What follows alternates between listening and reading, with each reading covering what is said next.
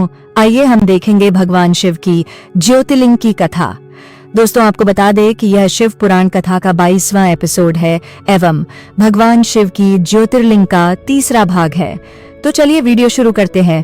काशी विश्वनाथ ज्योतिर्लिंग। दोस्तों, विश्वनाथ ज्योतिर्लिंग के संबंध में एक पौराणिक कथा प्रचलित है। बात उस समय की है जब भगवान शंकर पार्वती जी से विवाह करने के बाद कैलाश पर्वत पर ही रहते थे, परंतु पार्वती जी को यह बात अखरती थी कि विवाह के बाद भी उन्हें अपने पिता के घर में ही रहना पड़े। इस दिन अपने मन की यह इच्छा देवी पार्वती जी ने भगवान शिव के सम्मुख रख दी। अपनी प्रिया की यह बात सुनकर भगवान शिव कैलाश पर्वत को छोड़कर देवी पार्वती के साथ काशी नगरी में आकर रहने लगे और काशी नगरी में आने के बाद भगवान शिव यहाँ ज्योतिर्लिंग के रूप में स्थापित हो गए। तभी से काशी नगरी में विश्वनाथ ज्योतिर्लिंग ही भगवान शिव का निवास स्थान बन गया। अब देखते हैं त्र्यंबकेश्वर ज्योतिर्लिंग। त्र्यंबकेश्वर ज्योतिर्लिंग के संबंध में एक पौराणिक कथा प्रसिद्ध है। कथा के अनुसार गौतम ऋषि ने यहाँ पर तप किया था। स्वयं पर लगे गौहत्या के पाप से मुक्त होने के लिए गौतम ऋषि ने यहाँ कठोर तपस्या की थी और भगवान शिव से गंगा नदी को धरती पर लाने के लिए वर मांगा था। गंगा नदी के स्थान पर यहाँ दक्षिण दिशा की गंगा कही जाने वाली नदी गोदावरी का यहाँ उसी समय उद्गम हुआ था। अब नागेश्वर ज्योतिर्लिंग देखते हैं। नागेश्वर ज्योतिर्लिंग के संबंध में एक कथा प्रसिद्ध है। कथा के अनुसार एक धर्म कर्म में विश्वास करने वाला व्यापारी था। भगवान शिव में उसकी अनन्य भक्ति थी। व्यापारिक कार्यों में व्यस्त रहने के बाद भी वह जो समय बचता उसे आराधना, पूजन और ध्यान में लगाता था। उसकी इस भक्ति से एक दारुक नाम का राक्षस नाराज हो गया। राक्षस प्रवृत्ति का होने के कारण उसे भगवान शिव जरा भी अच्छे नहीं लगते थे। वह राक्षस सदा ही ऐसे अवसर की तलाश में रहता था कि वह किस तरह व्यापारी की भक्ति में बाधा पहुंचा सके। एक बार वह व्यापारी नौका से कहीं व्यापारिक कार्य से जा रहा था। उस राक्षस ने यह देख लिया और उसने अवसर पाकर नौका पर आक्रमण कर दिया और नौका के यात्रियों को राजधानी में ले जाकर कैद कर लिया। कैद में भी व्यापारी नित्यक्रम से भगवान शिव की पूजा में लगा रहता था। बंदी गृह में भी व्यापारी के शिव पूजन का समाचार जब उस राक्षस तक पहुंचा तो उसे बहुत बुरा लगा। वह क्रोध भाव में व्यापारी के पास कारागार में पहुंचा। व्यापारी उस समय पूजा और ध्यान में मग्न था। राक्षस ने उस पर उसी मुद्रा में क्रोध करना प्रारंभ कर दिया। राक्षस के क्रोध का कोई प्रभाव जब व्यापारी पर नहीं हुआ तो राक्षस ने अपने अनुचरों से कहा कि वे व्यापारी को मार डालें। यह आदेश भी व्यापारी को विचलित न कर सकें। इस पर भी व्यापारी अपनी और अपने साथियों की मुक्ति के लिए भगवान शिव से प्रार्थना करने लगा। उसकी भक्ति से प्रसन्न होकर भगवान शिव उसी कारागार में एक ज्योतिर्लिंग रूप में प्रकट हुए और व्यापारी को पाशुपतास्त्र स्वयं की रक्षा करने के लिए दिया। इस अस्त्र से राक्षस दारुक तथा उसके अनुचरों का वध कर दिया। उसी समय से भगवान शिव के इस ज्योतिर्लिंग का नाम नागेश्वर के नाम से प्रसिद्ध हुआ। दोस्तों, आपको बता दें कि यह भगवान शिव की ज्योतिर्लिंग का अंतिम वीडियो है। अगर आपको इसका पहला और दूसरा पार्ट देखनी है, डिस्क्रिप्शन बॉक्स में लिंक है, वहां जाकर दोनों वीडियो देख सकते हैं। अब देखते हैं रामेश्वर ज्योतिर्लिंग। रामेश्वरम ज्योतिर्लिंग के विषय में पौराणिक कथा है कि जब भगवान श्री राम माता सीता को रावण की कैद से छुड़ाकर अयोध्या जा रहे थे, उस समय उन्होंने मार्ग में गंधमदान पर्वत पर रुककर विश्राम किया था। विश्राम करने के बाद उन्हें ज्ञात हुआ कि यहाँ पर ऋषि पुलस्त्य कुल का नाश करने का पाप लगा हुआ है। इस श्राप से बचने के लिए उन्हें इस स्थान पर भगवान शिव का ज्योतिर्लिंग स्थापित कर पूजन करना चाहिए। यह जानने के बाद भगवान श्री राम ने हनुमान से अनुरोध किया कि वे कैलाश पर्वत पर जाकर शिवलिंग लेकर आएं। भगवान राम के आदेश पाकर हनुमान कैलाश पर्वत पर गए, परंतु उन्हें वहां भगवान शिव के दर्शन नहीं हो पाए। इस पर उन्होंने भगवान शिव का ध्यानपूर्वक जाप किया, जिसके बाद भगवान शिव ने प्रसन्न होकर उन्हें दर्शन दिए और हनुमान जी का उद्देश्य पूरा किया। इधर हनुमान जी को तप करने और भगवान शिव को प्रसन्न करने के कारण देरी हो गई और उधर भगवान राम और देवी सीता शिवलिंग की स्थापना का शुभ मुहूर्त लिए प्रतीक्षा करते रहे। शुभ मुहूर्त निकल जाने के डर से देवी जानकी ने विधिपूर्वक बालू का ही लिंग बनाकर उसकी स्थापना कर दी। शिवलिंग की स्थापना होने के कुछ पलों के बाद हनुमान जी शंकर जी से लिंग लेकर पहुंचे तो उन्हें दुख और आश्चर्य दोनों हुआ। हनुमान जी जिद करने लगे कि उनके द्वारा लाए गए शिवलिंग को ही स्थापित किया जाए।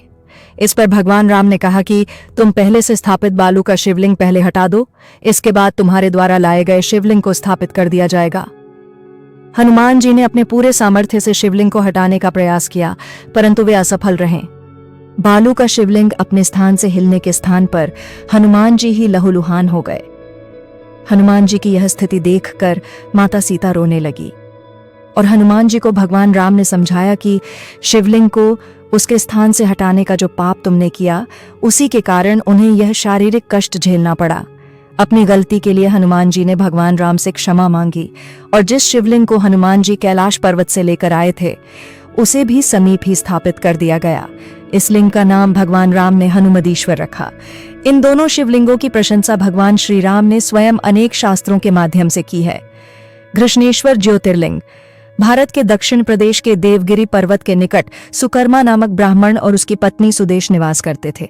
दोनों ही भगवान शिव के परम भक्त थे, परंतु इनके कोई संतान न थी। इस कारण यह बहुत दुखी रहते थे, जिस कारण उनकी पत्नी उन्हें दूसरी शादी करने का आग्रह करती थी। पत्नी के जोर देने सुकर्मा ने अपनी पत्नी की बहन घुष्मा के साथ विवाह कर लिया। घुष्मा भी शिव भगवान की अनन्य भक्त थी और भगवान शिव की कृपा से उसे एक पुत्र की प्राप्ति हुई।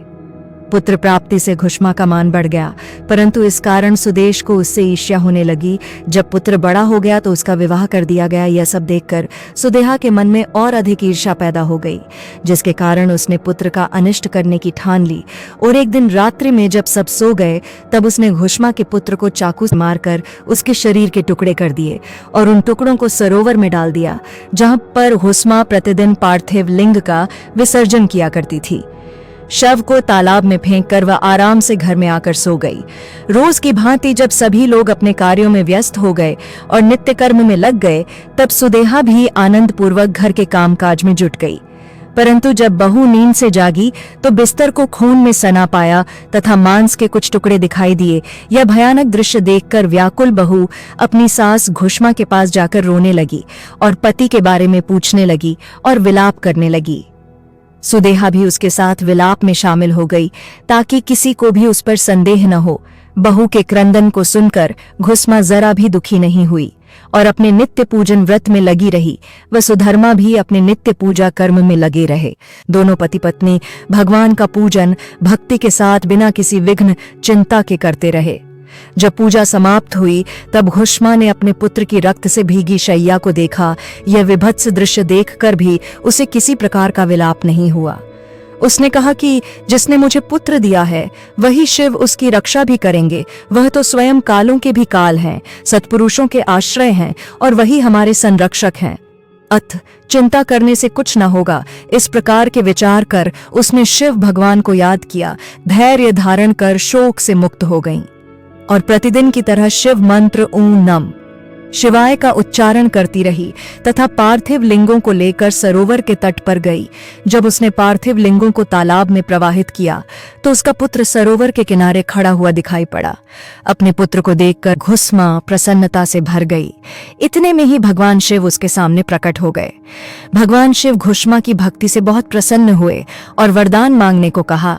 भगवान ने कहा यदि वो चाहे तो वो उसकी बहन को त्रिशूल से मार डालें, परंतु घुष्मा ने श्रद्धा पूर्वक महेश्वर को प्रणाम करके कहा कि सुदेहा बड़ी बहन है, आप उसकी रक्षा करें, उसे क्षमा करें। घुष्मा ने निवेदन किया कि मैं दुष्कर्म नहीं कर सकती और बुरा करने वाले की भलाई करना ही अच्छा माना जाता है। अतः भगवान शिव घुष्मा के भक्तिपूर्ण विचारों को सुनकर अत्यंत प्रसन्न हो उठे और कहा, घुष्मा तुम कोई और वर मांग सकती हो। घुष्मा ने कहा, हे महादेव, मुझे वर देना ही चाहते हैं तो लोगों की रक्षा और कल्याण के लिए आप यहीं सदा निवास करें।